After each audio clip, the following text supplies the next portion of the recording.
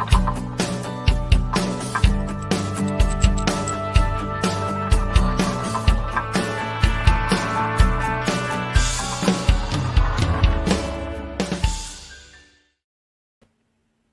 Tuesday afternoon, everybody.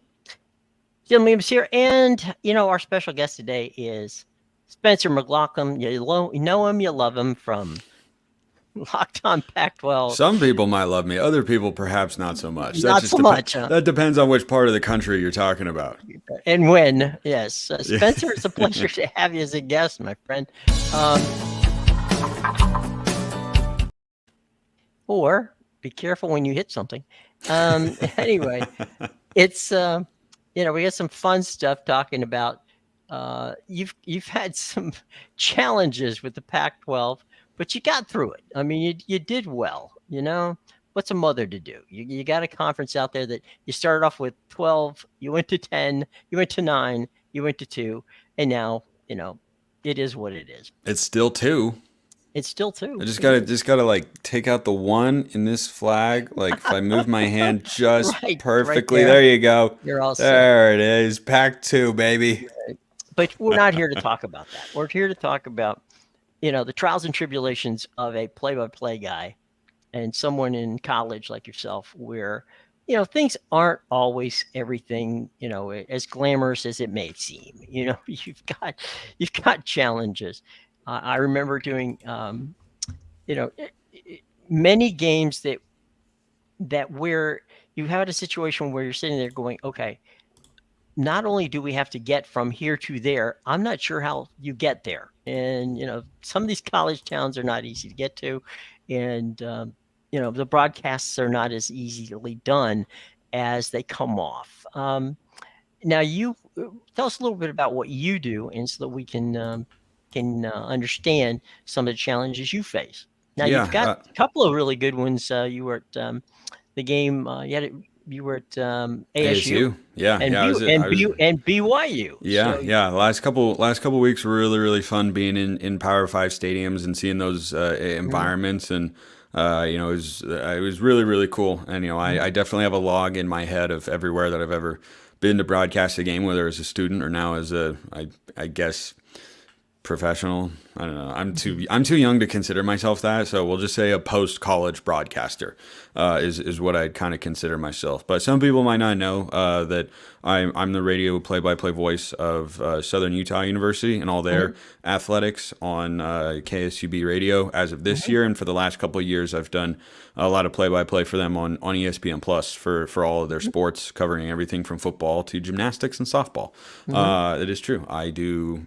It's not technically play-by-play. It's more like hosting, but I commentate for gymnastics meets. So it's been so much fun, and I love it. It is definitely a grind when you're in season, football especially. Sure. Last week for BYU, I was doing so many media appearances and trying to coordinate that, and talking with coaches, and prepping for the actual broadcast and play-by-play as well. And then week 1 against Arizona State, we go down and have a 2.5-hour lightning delay in the middle of the broadcast, and then we get back on, and then we come and finish the game, and then I didn't get back to my house here in Cedar City until about 5:45, 6 in the morning local time. So it can be it can be a lot, but you either love it or you don't, and I couldn't love it more. It's something that geographically, I actually am in my position with Locked On as a host of Locked On Pac-12 and Locked On Ducks because of my play-by-play job with Southern Utah. That's where I met Locked On's chief operating officer, and then she asked if I wanted to get involved with the Ducks. I said yes. Then I got involved with Pac-12, and then everything's just kind of taken off from there. So,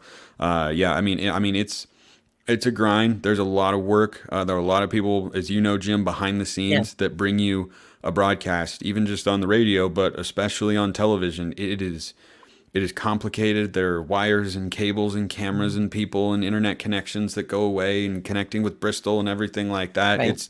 It's a lot, and I'm the person who people see and hear the most. I'm far from the only person involved in such matters, but it's team effort, and I couldn't love it more.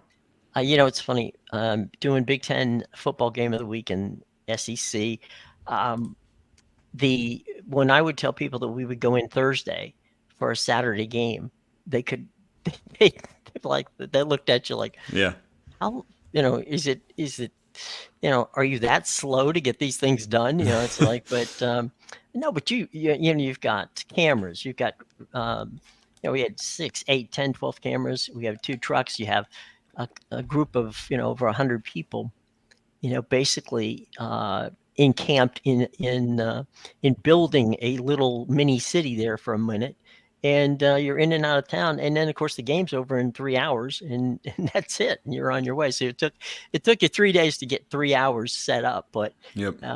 as you say, it's a difficult and challenging situation, but one which I think, Spencer, from your standpoint, you're at a time in your career, and I think that what you're doing with Southern Utah, it's going to start getting more fun because there's going to be more opportunities because of the streaming situations, and I think that's what we're seeing right now.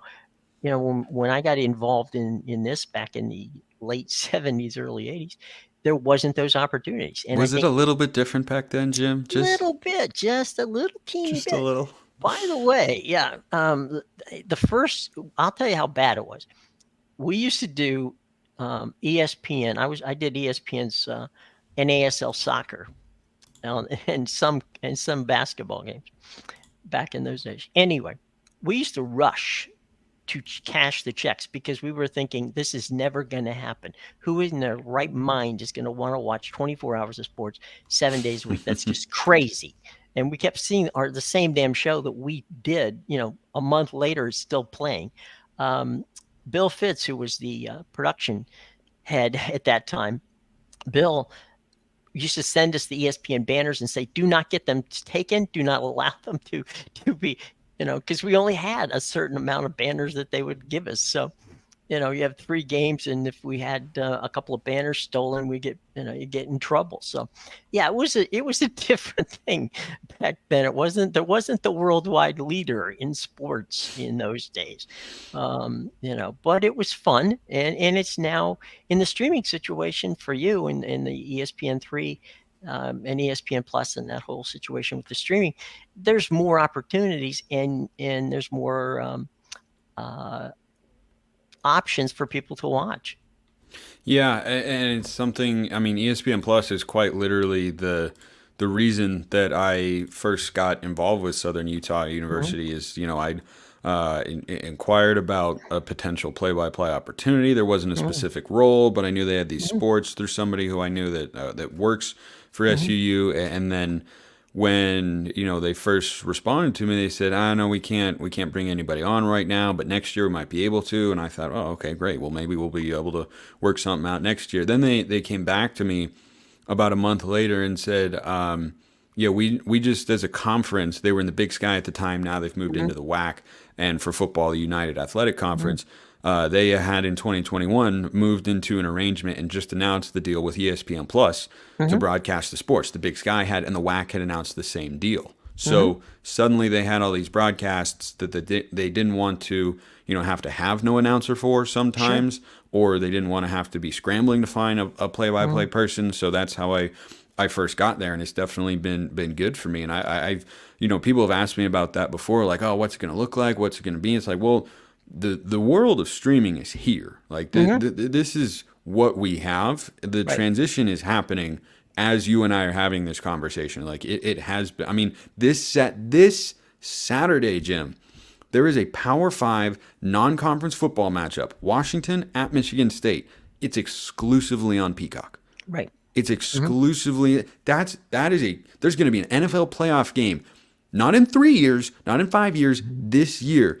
Exclusively on Peacock. And look, I'm not saying that cable television is about to go away entirely, but this transition, like when I was in school growing up and studying things in history class, I always had the thought of like, boy, I wonder what it was like to undergo, that sort of change in society, what it was like to live through that. That is a moment that we are living through right now. And I mean, there are things that I like about streaming. There are things I hate about streaming. Like, I don't know if Jim, why in the world I have to sign in to the same streaming service seemingly every other time that I use it. It's like if you sign in to an app on a specific TV, shouldn't Right. it know that that is my TV? Like, You would why does hope. it sign me out if I don't use it for like 72 hours and then I have to go activate it? Like, that is mind-numbingly annoying. And Right. I think everybody has that frustration. And then sometimes the sign-ins don't work. I've had that problem on Right. multiple streaming services Right. where it's like, hey, I know that this information is correct, and then it just doesn't let me in. But then it lets me in on this other device over here. So Right. they're working out the kinks, I think, of it because Mhm. it's still somewhat new, but the transition is well underway. I mean, ESPN has said, yeah, we're going to be direct to consumer within like 2 or 3 years. Jimmy Right. Pitaro, the president of ESPN, has said as much, and he's like, he's not making any bones about it. He's just No, saying, he said 2025. yeah, he said 2025. We're going to be direct to consumer only, which Sure. means you have to pay for like it's not going to be something you go through on the channel guide, Hmm. go down and scroll through and click ESPN, right? Like Right. that channel is not going to be there. It's just going to be no, you just pay for the streaming service. So Right. like that change is undergoing, but the age, for me as a broadcaster and a play-by-play guy, it's definitely been a boon to me now, and I don't think it can be anything but a benefit going forward for myself and other broadcasters because it's creating more opportunities. Like it's more content, more games, more streams. Like when you said you got into it in the 70s and 80s, they didn't have Yeah. broadcasts of volleyball and soccer Yeah. matches and gymnastics meets for every school in a conference. Like that didn't exist, and now it does. And someone needs to call those games, Right. and that creates opportunities for play-by-play broadcasters. And I think that's great. Absolutely. The other thing is, that back when ESPN started, Turner and USA and others got into it. So we now have, with ESPN, we've got Apple, we've got Amazon, we've got YouTube, and we've got the local situations that you were talking about, the schools. And even there are schools who aren't even affiliated with ESPN or any of the, Division II, Division III. They do a heavy amount of work on that side. Plus, there's now the NFL teams themselves are, spinning out their own OTT channels. So this is really kind of the tip of a very large iceberg that's only going to get better for young broadcasters, and I think that's a really super situation for them and for young directors and producers and that whole routine. I mean, the idea that I could sit in San Francisco and direct a basketball game in Los Angeles, never in a million years, that's a dream. And you could do that now at the soon to be up for sale to Pac-12 network. But that situation where you can literally do 2 or 3 events as a producer or a director and with the same crew in one building is just, it's fantastic. It's mind-boggling. And it's the future, which is fantastic. I mean, I think it's more. There's going to be more things for people to enjoy, and you're going to have the opportunity to do it direct to consumer, as you said. And for years, sports fans have been arguing and screaming, "All I want is my stuff, my team, my whatever." Okay, well, guess what? You're going to get it. You're going to get it very soon. Now, whether or not that's going to sustain it, we'll find out.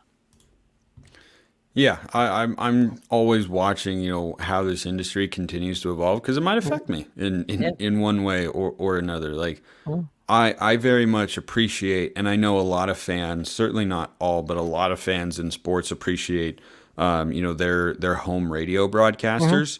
But they're certainly not as widely consumed as they probably would have been in the 70s, 80s, and 90s before television was available. Because and it's still an important thing to have because you still have people who, can't watch the game at every single moment or, coming home on their commute from work. And then also after a game, I think where radio broadcasts have really become the most important perhaps is providing that home voice for those kind of social media recap videos, the multimedia content, Sure. putting the radio broadcasts on there and hearing that compared to what you watched on TV I think has become a really valuable tool for university athletic departments. And you see it all over the country. And the best ones, Oregon had a really, really good one the Mm-hmm. other day by a guy who was new to the department this year. Mm-hmm. And I thought that he did an outstanding job. And you hear Jerry Allen in there, and that's a comfortable, familiar voice for Duck fans and such. Mm-hmm. So I'm always watching how that stuff evolves and curious to see where the industry kind of goes. Let's go fly through some headlines, okay? Yeah, sounds good. We can talk about them. All right, here we go. NBC got Thursday and Sunday night games. They were the top rated shows this week. That isn't stunning. It usually happens for Sunday night football, but Thursday night football got it this week, and Sunday night football came in second. So there you go. That's not any surprise. Let's again flying through these. ESPN released the ratings of the Texas Alabama game. Ooh. And it was an 8-8. Now, remembering again that was Sunday, which was when Spectrum was dark and ABC was dark on those Spectrum outlets. Is that still going on? Because No, that's that stopped last night. okay. 4 hours before kickoff of the Monday night game, they Do you know settled how it got resolved? Because that whole thing was crazy. Like, Yeah, I can explain if you yeah, like. I'm sure there'd be people. I'm certainly wondering how All that right. got resolved. Because the fact that there were people in Orlando who couldn't watch Florida and Utah on their Right. televisions that is And Tampa certifiably St. Peter insane. and Tampa St. Petersburg. Yeah, So like absolutely insane. So like, what happened and there? okay, so the conciliation situation with what did they do? Basically, on the highest tier of charters, which is the Spectrum cable. So if you're paying super premium, okay, you get Disney Plus for free. You get ESPN Plus for free. Okay, that charter then pays ESPN the $10 per subscriber, which is what they wanted. So, in essence, what happens is the streaming services for Disney are free to charter customers if you are on the highest tier. So, what they got is they got what they wanted. Each side got what they wanted. Disney wanted the money, which was $10, which is what they wanted for ESPN and the ESPN family of networks, and that's all the Disney networks. That's the $10 is not just to ESPN, but a sizable chunk of it. I would say $7 is to ESPN. The rest of it goes to the Disney family, which includes ABC. Charter didn't want the competition of having to compete against Disney Plus and ESPN Plus.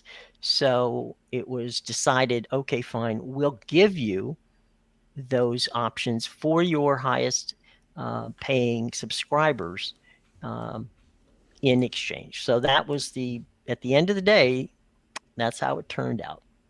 So there you Interesting. Interesting. Well, I'm just glad they got it resolved Yeah. so that people can, watch their teams and watch the games and such. Because that was pretty crazy. So but it was. basically what you're saying is streaming was, part of the reason that was Yeah. getting so It was complicated. it got complicated because basically what Charter was hoping to do was to stop, Disney, from, putting the thing there and saying basically we don't want our you to be our competitor. We want you to be our partner in this deal. And finally, they capitulated. But again, they capitulated because Charter also didn't walk away from the money they were asking for. Gotcha. So Okay. everybody got a little bit of something. All right. Meanwhile, according to Fox's PR, Colorado-Nebraska game was not far behind. They were at Which is an crazy. 8-7-3. Like that's so Texas and Alabama, big brands, top Right. 10 matchup, and that drew barely, like what was that, 100,000 more viewers, not A even little bit, yeah. than Colorado and Nebraska. I mean, you just can't undersell the prime effect. Like that's so wild. And you've been in these situations, Jim. Like that game, 8.7 million on Sure. on average for Colorado, Nebraska. the networks can bring in what, tens of millions of dollars in Oh advertising yeah. spots. Oh yeah. And Crazy. not just that. That to me is you've got and I was actually I was texting back and forth to Dennis Dodd this morning, and it was I was like, Dennis, you have to understand this is casual viewers. There's casual viewers watching that game. There Yeah. are people who have never seen a Colorado football game in their lives, who've never seen a Nebraska football, who may not have even seen a college football game from beginning to end, who watch the game Right. because of the social And media that, strength of Dion. and that's something that I've talked about on my show with regards to, realignment and kind of the valuation Sure. to television networks of these different schools is your value, correct me if I'm wrong here, in the eyes of television networks is a combination, right? It's simple as equation. Media market size plus brand equals total value, right? And there's not a, 1 + 2 = 3 exact, but that's basically the combination there because Boise State, for instance, receives an outsized share of the Mountain West media deal. They don't have the Right. biggest market. I think San Diego State does. And heck, I think Right. Vegas is a bigger market than Boise. Colorado State Sure. is, tapping in the Denver market. Those are all bigger, but Boise State's brand is larger. So if your market in Boise, Idaho is a 3, but your brand is a 9, well, that equals 12 out of maybe a possible 20 or whatnot. Whereas Colorado State might have a media market that's a 6, but the brand is a 2, so that gets them to 8, and that's why Boise State is more valuable in that sense. And individuals like the Denver media market and Colorado fans have always been passionate and sizable, but the prime effect is how you get people outside to watch. Like you said, the casual viewers. Like, who's the biggest television draw in college football? It's Ohio State. Why? Because I watch Ohio State football games. I don't live anywhere near Ohio, but Ohio State plays in big college football games that I want to watch that affect the national championship picture every single year. Alabama's not a major media market.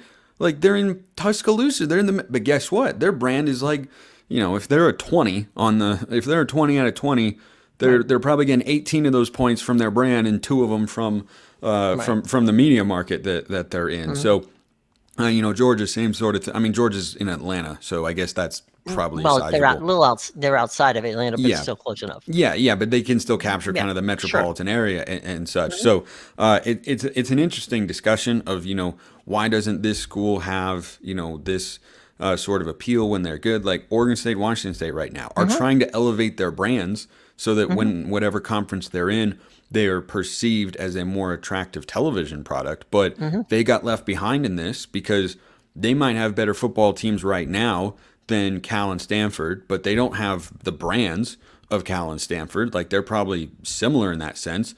And then the Cal and Stanford have the Bay Area media market, so that makes them more appealing. Now, you said something the other day that you were talking about watching Washington State's game, and at halftime, was it the AD or Oh God! somebody It came wasn't. up? No, it wasn't even during halftime game. Oh. Jim, it was during the game. Okay. I went off on a tangent on Locked On Pac-12 about that. It's so utterly ridiculous. Look, I talk about realignment a lot. I led my show with it today because Oregon State, Washington State, and the lawsuit situation. Like, that's good Tuesday, Wednesday content. Sure. Heck, you could even justify it on a Thursday or Friday. But the way I put it is like this. In a typical season in which they're going to go over 500, which Oregon State and Washington State, I fully expect both of them to. Sure. Their fans have about 13 days a year to watch college football, Right. to watch their team play a college football game. That means there are 352 other days during the year in which we can talk about realignment and whatnot. Right. And to take away from the game to talk about realignment, I was disgusted with ABC. I thought it was awful. I think it is awful, and I never want to see it again. Well, I tell you, the reason I brought that up was because I was listening to the Cal game with Auburn to get to the halftime, and I wanted to check because they were having this drone thing at halftime Oh yeah, at that's Cal. that's all the rage now. I wanted to Everybody's got see a that. drone show. I wanted to see the drone show, and ESPN, of course, is not going to show it to me. So I'm going back, and I love to listen to the games on the radio anyway. So I'm listening to. So the play-by-play guy just taking his time off. The color guy turns and no, he's now going to interview the AD. It's like, okay, cool. That's what's, I don't know. We'll see what happens. He's talking about the excitement of joining the ACC during this game. I'm going, oh, what are you doing? You are stepping all over the rest of the season by trying to get these people pumped up about joining the ACC. It's so short-sighted. Are you nuts? Again, publicly, when you're not in the middle of a football game, I understand that. You have to paint that in a positive light, of course. And it's a net good thing for Stanford and Cal to retain the Power 5 status and relevance and whatnot. But the reason this is what gets so smushed by the realignment talk that I push back on. The reason that we care, Jim, is because of football. Right. The games. We care about who the games are going to be played against, but now it's almost become something that is, it's moved beyond sports. It's like it is its own sport. Realignment has become its own sport and discussion, and it has become detached from why we actually cared about it in the first place, which is who are we going to be playing in football and men's basketball and every other sport all year round. And just as a quick aside, there is no reason that non-revenue sports should have to partake in this, but they're going to have to. I haven't seen any sizable movement on that front aside from a few athletes. Like there were some softball players or other Olympic sports like that speaking out saying, "Well, why do we have to go?" And I don't know why they have to go. I mean, if this is all about money, you could save money.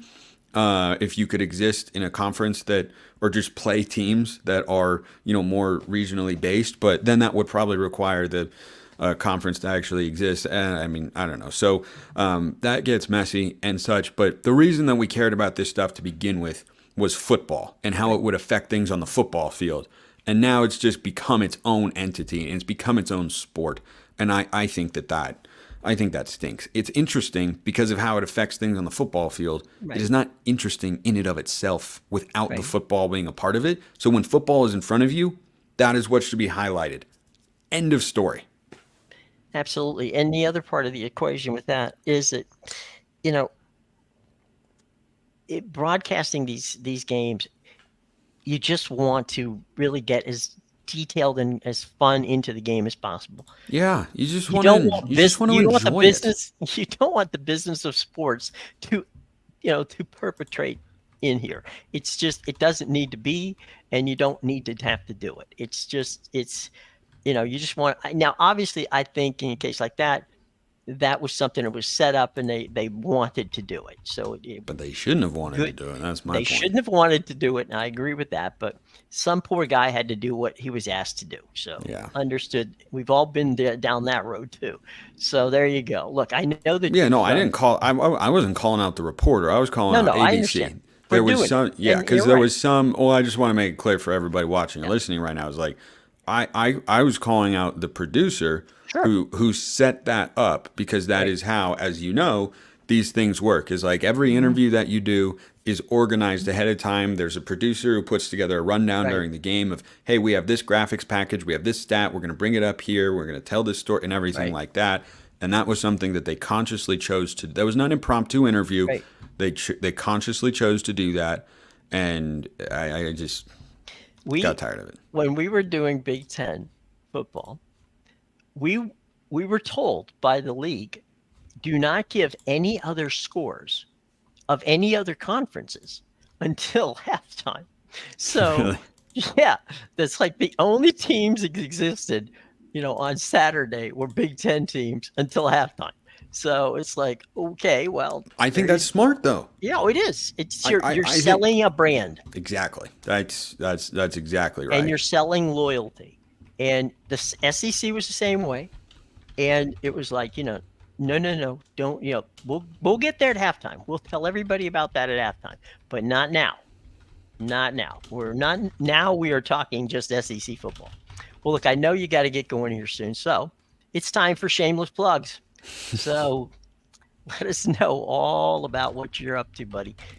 Yeah, I'm on Twitter at smalls_55. If you ever want to talk with me on there, I host Locked On Pac-12 and Locked On Ducks, which are on YouTube and wherever you listen to your podcasts, Monday through Friday, all year round. And I'm the radio voice of Southern Utah University Athletics on KSUB Radio and ESPN Plus. And I also am a content contributor at 750 The Game over on their website. I write a couple articles a week about the Ducks and their football program here during the season, and you can find me on their airwaves sometimes once a week as a guest. So that's everything that I'm doing right now. I try to keep myself busy, Jim. I don't know if I'm busy enough. I always Well, feel it like there's sounds something like more. it. It certainly does, and yet it always feels like I could always do something more or try to fit something in. But that's where my golf game comes in. That's how I fill the rest of my days.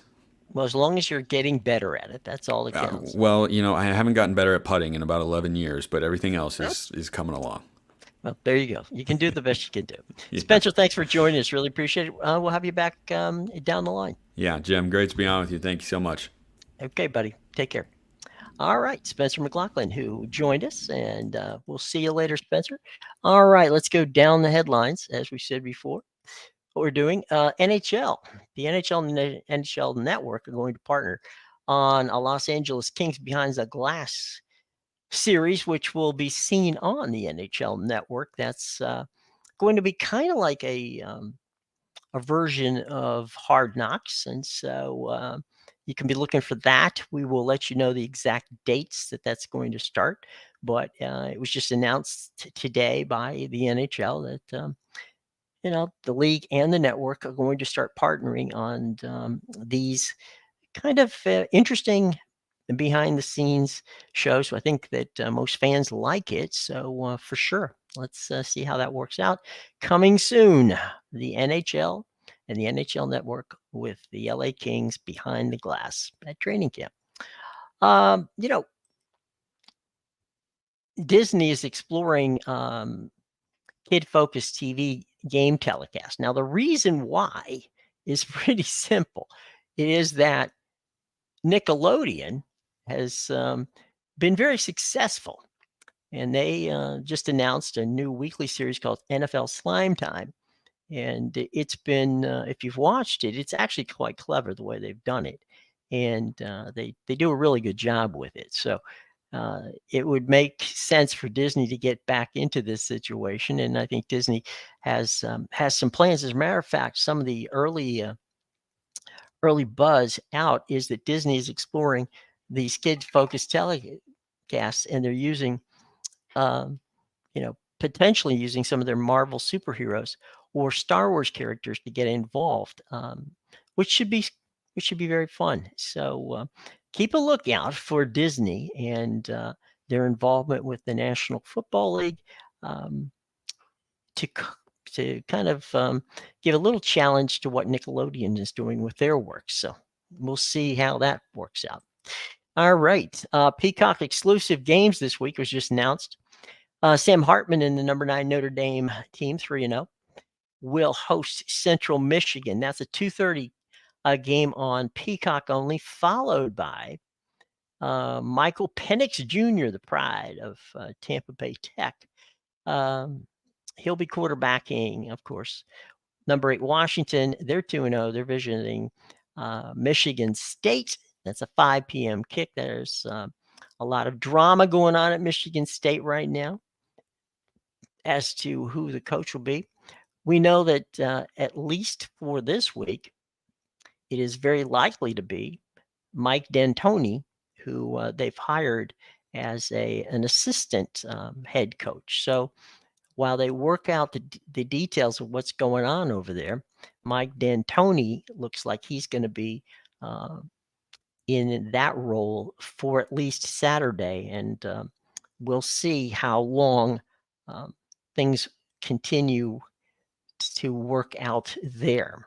All right. Big week this week. NFL on Fox is 30 years old. And interestingly, when they hired the broadcasters for the NFL on Fox, it was, of course, Pat Summerall and John Madden. It was Dick Stockton and and at that time, Daryl Moose Johnson. They also hired a bunch of young guys. Okay, at that time, you may remember that they hired Joe Buck. They hired also Kenny Albert. They hired Tommy Brenneman, and also they hired Kevin. Oh goodness, yeah, Kevin Harlan. So those guys were hired at the time. Now Harlan was 34 at the time. Kenny Albert and Joe Buck and Chip Carey and Tommy Brennan were in their early 20s, so like 24, 25. The only guy that's with them still is Kenny Albert, ironically. We all know, we probably, those of you who watch Monday Night Football, obviously heard Joe Buck, who is now with ESPN, ABC. And, the other guys have decided to do work on a more local basis. And so Kenny Albert is the last of that. But, when Fox took over the NFL from CBS, it changed the way that,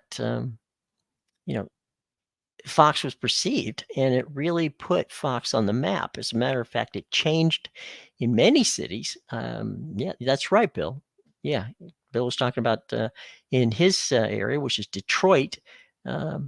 They changed channels from Channel 2 to Channel 62. And Fox came in and took over the Channel 2 channel. Look, they changed channels in over 25 cities.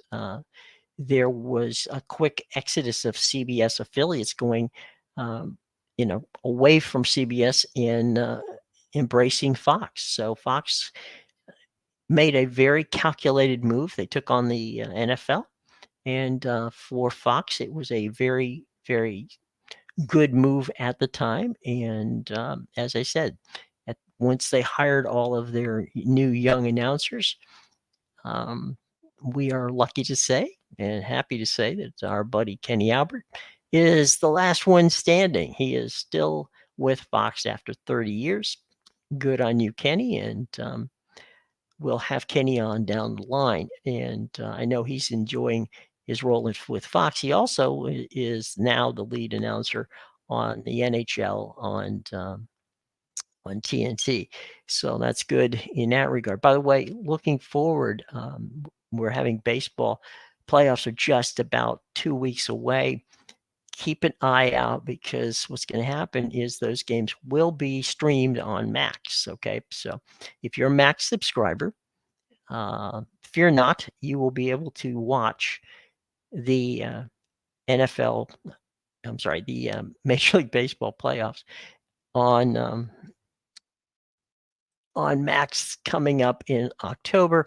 Also coming up in October on Max will be the NBA and the NHL. So they're kind of slowly easing you into watching sports on Max coming in the first week of October. Now, also non-related to sports, but related to Max, on the 27th of this month, on September 27th, Max is going to start streaming CNN and CNN programming on Max as well. So you'll be able to get, very soon, you'll be able to get news and sports along with your normal fare, which you can get on the on the app, which of course includes not just HBO and Warner content, but also all the Discovery stuff, which is the Food Network, HGTV, the Discovery Channel, and the full entire library of those two rather content-rich groups. So all that coming to Max in the not too distant future. Let's take a look at some of our other headlines. Let's see. We have coming up, we have the Peacock games. We have, we have last night. Okay. Last night, we had a situation where Aaron Rodgers was injured 4 plays into the game. well, it was handled very well, by the way. No speculation on what happened by the broadcast team until after, okay, when it was announced by the team, and rightfully so, and then by Adam Schefter, that they thought that Aaron Rodgers may well have torn his Achilles, and that they were waiting for confirmation for the MRI. Well, about an hour ago, it was announced that the MRI did indeed show that Aaron Rodgers would be lost for the season. And unfortunately, he will not be playing for the New York Jets this season. He does have a torn a torn torn Achilles, and so there you go. So the broadcast, which last night was a lot better of a result for the Jets from the winning side. They won it in overtime, beating the Bills, but in many ways a hollow victory because they lost their quarterback. And we'll see what goes on from here. But the Jets beat the Bills in overtime last night on ESPN ABC. And we'll see now what happens going forward for the Jets, as they will not be playing with MVP quarterback Aaron Rodgers, who's out for the season. And that, of course, is sad. We don't want to see anybody get hurt, and certainly someone who is as important to the team as Aaron Rodgers. So there you go. All right, let's take a quick look around for some questions. We got a little time for some questions. Okay. All right. Justin is saying ratings were good, but they're still not going to outdo Michigan and Ohio State. Well, that is true. Justin, is very likely that each year the most watched game on television is the rivalry between Michigan and Ohio State. And I certainly see no reason why that is not going to be the same case as this year as it was last year. So I'll tell you one that's going to be, I bet, really up there too. And that's probably going to be Notre Dame USC this year because of how well, if they both continue to play as well as they have been, that's going to be a top 10 game. So without question, there's going to be some big numbers on that one too. Is it going to reach Michigan and Ohio State? Probably not, but definitely going to be up there. So let's see. We've got what we call prime real estate. That's right. Fox and ESPN will be on assignment in Boulder, Colorado this week, as each network will send their college preview shows to the Buffaloes. And as they look to go 3-0, Colorado does, as they host Colorado State Saturday night in an in-state rivalry game at Boulder, Colorado. So there's that coming soon, perhaps. And I say perhaps because we don't really know yet.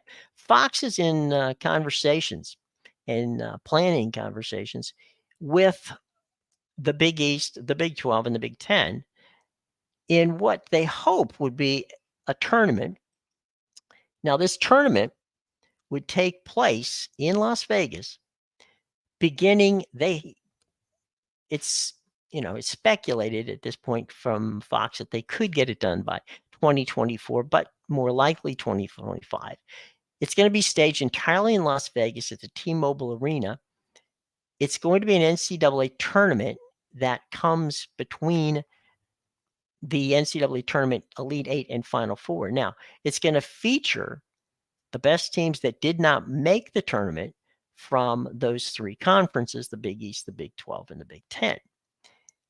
Meanwhile, that would likely force ESPN, who has the TV rights to the NIT, to go looking for some mid-majors. So we'll keep an eye out and keep you posted on that. The 16-team competition would be, as I said, held in Vegas. It would basically be over the course of a week, and it would give people something to watch every night from the time that the Elite Eight is played, and of course the Final Four. So for a week, we'd get some basketball from Vegas, and it might be very entertaining. So we'll keep an eye out. Earliest it could be done is by 2024, most likely 2025. But we'll keep you posted on what's going on with that. All righty. Let's see. Aaron Rodgers. Okay, we talked about Aaron Rodgers' problem and that he will be out for the season. Basically, we also got news today that Mike Trout could consider asking the Angels to trade him in the offseason. And it's right now, he has not yet made up his mind about it. That is a report out of MLB Network, and we'll see how that goes. And so, from that standpoint, I think we've pretty much hit all of the key notes here today. We have, if you're looking for something to watch right now, over on MLB Network, Boston is playing against the New York Yankees. That game is in it's the first game, by the way, of a doubleheader. It's in the middle of the fifth. Boston taking on the Yankees 2-0. Boston's leading the Yankees. That game being played at Fenway, first of two there. So by all means, if you're interested in checking it out, it's on the base MLB Network right now. Okay. All right. So let's just recap. Thanking, of course, Spencer McLaughlin for joining us today and talking some sports with us. As we said before, headlines that came out, really the biggest two headlines, NBC with their Thursday night NFL game and their Sunday night NFL game ranked as the two top and most watched shows this week. ESPN, of course, releasing the news that Texas and Alabama drew at 8.8 million viewers, becoming the most watched regular season game on ESPN since 2015. The game peaked at 10.7 million at its highest point. But then Fox also wanted people to know that Colorado game, which was a noon game on Saturday, had a whopping 8.73 million viewers on that broadcast, which for the second week in a row made Fox's big Saturday quite successful in that regard. So there you go, folks. Hope that you've enjoyed our time here together. We tried to get as much information as we could in there. Had a lot of fun chatting with Spencer. And y'all have a lovely evening tonight. We will be back tomorrow at 10 a.m. Have a great day and enjoy.